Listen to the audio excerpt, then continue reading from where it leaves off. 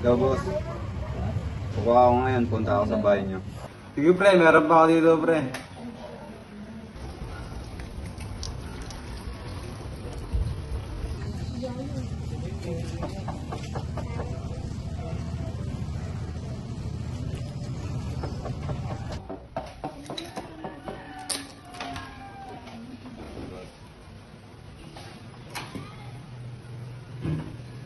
One, so, pre.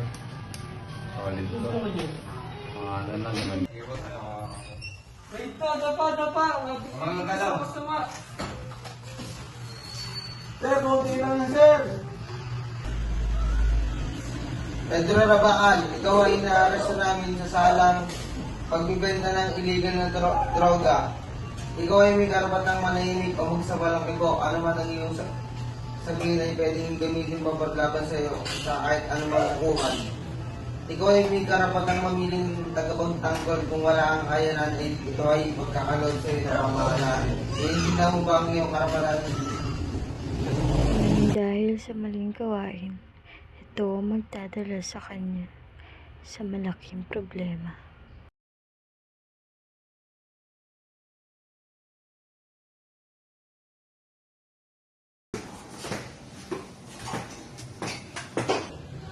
Sir, ano bala dito ah?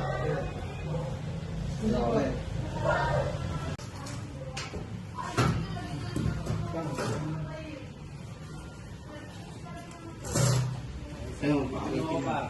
Sa pagpasok ni Pedro sa loob, dito mag-uumpisa ang kalbaryo ng kanyang buhay. Boy, ayusin mo buhay mo dito ah. Sige, Dapat malinis lahat ng tayo dito. sige po. Dito ay naranasan niya ang karamihan at kalupitan. Hey! Oy pre, ano ginagawa mo dyan? Ano mo kamay ko? Uti mo. Yan, sarap. Number 4 pre.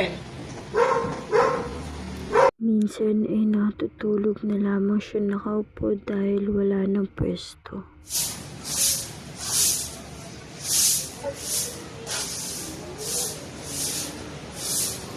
Hirap pala dito. Miss ko na pamilya ko. Okay lang ngayon, pre. Meron din kami nung una.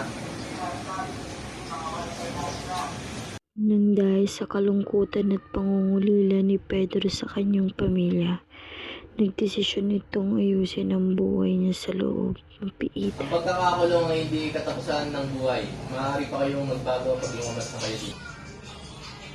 Oo, gusto ko lang talaga magbago ng buhay. Sa loob ng piitan, natutong umawak si Pedro ng Biblia. Itinoon din ni Pedro ang kanyang oras sa pag-aaral at nang dahil dito, lumawak ang pangunawa at pag-iisip ni Pedro. Sa paglipas ng mga araw, walang inisip si Pedro kundi ang kanyang pamilya sa labas. Ngunit hindi siya nakalimot sa taas. Taimtim nanalangin si Pedro na sana isang araw makalabas na siya at makalaya, makasama ang kanyang pamilya. Patuloy lamang siya nag-aral sa loob. Mas pinaunawaan sa kanya namang social worker kung ano ang buhay na naghihintay sa kanila sa paglabas nila ng piitan. Patawarin mo ako sa lahat ng aking kasalanan. Pinagsisihan ko ang lahat sa pagkakamali ko sa'yo. Nagawa!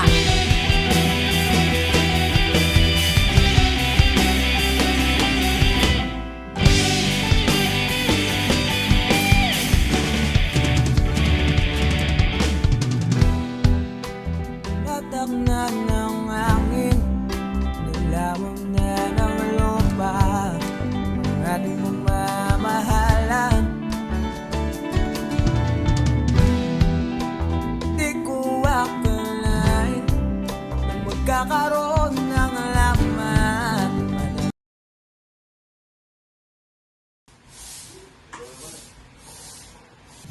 Pedro, kaya na. Salamat sa Diyos, naya na din.